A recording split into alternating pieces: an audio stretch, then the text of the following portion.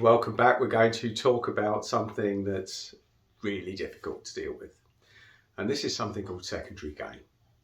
What's secondary gain, Adam? What is it? Please tell me. Okay, well, here's what secondary gain is. Secondary gain is when people say that they want to get better, but they don't. No, surely, Adam, that doesn't happen. Yes, it does. Let me give you some examples. So I first came across it working in a medical ward that was mainly care of the elderly back in the early 90s when I first started nursing. And we used to get a lot of elderly patients in, especially in December when it used to get colder, darker, pretty bleak in the UK. And people would get stuck in there where we'd get what's called bed blockers, people that were medically fit to go home, but could we actually send them there? Were they ready? Were they going to fall over as soon as they got there? These were the sort of concerns. So we used to get a lot of what's called bed blockers.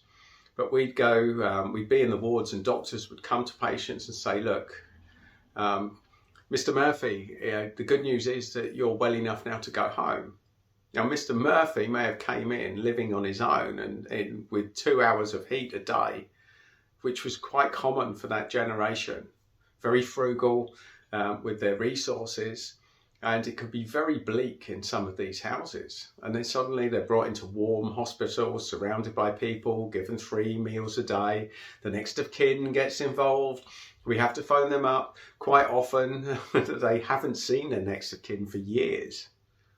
And then, of course, the next of kin gets a whiff that their dear old auntie or uncle is in hospital and figure, oh yes, I must go and see them as a matter of urgency, even though I haven't been bothered to do it for sometimes like 15, 20 years. You'd be amazed what you see as a nurse on the front line, folks. You get to see humanity at its very worst. Get to see a side of life that I'd hoped I would never have to deal with again, but unfortunately it exists. The amount of times I have seen people in bed near the end of their life, having been brought in, I'll do an assessment, they haven't spoken to any of their family for 15, 20 years, you phone the next of kin, which we were legally obliged to do, and suddenly they're the most caring family on the planet. We won't go there, folks, we won't go there.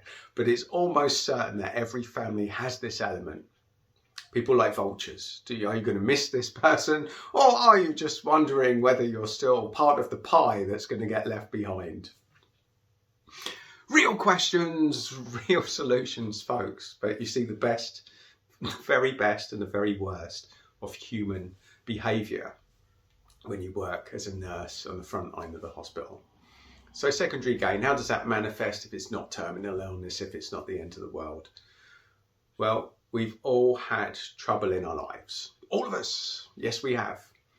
And it's affected some people harder than other people. Also part of life. And I realise that there's certain things that are very traumatic. So let's face it, what's the most traumatic things you can think? If someone gets mugged, if they get raped, if someone kills one of their family, I mean, these are almost the unforgivable zone. But we've talked about forgiveness earlier and how it's drinking poison if you can't forgive someone. So I'm not saying that people deserve to be forgiven for doing terrible things.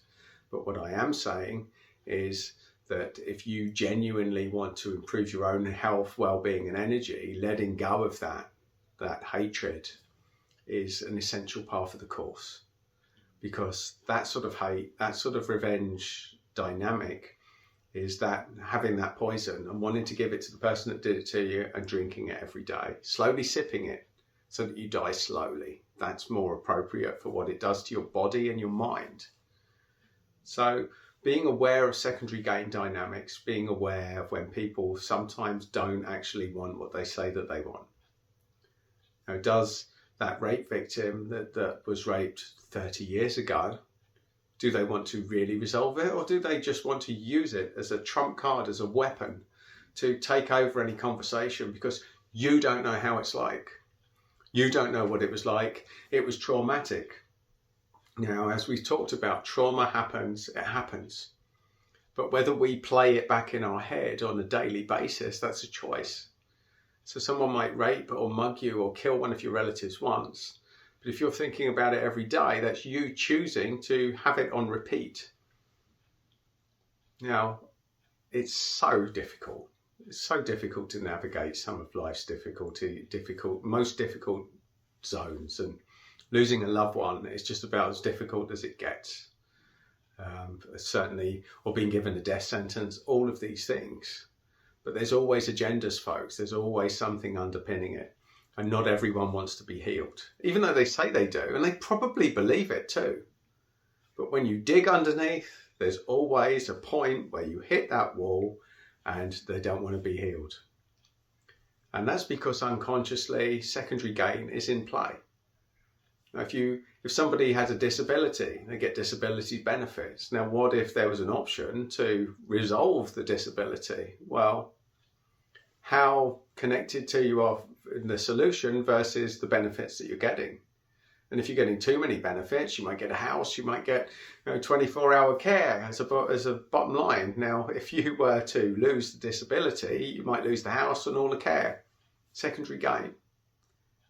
So it's really important to understand what's motivating people to be ill, because for some people, being ill is a currency, it's a way of life, and it's a way of trumping people and getting attention and energy. And that's secondary gain, folks. So be aware of it. Be aware in any situation that not everyone wants to be healed. Not everyone wants to get what they tell you that they want. And if you're able to distinguish between who really wants to be helped and who doesn't, it will save you a lot of pain down the line. So there you go, my intro to secondary gain.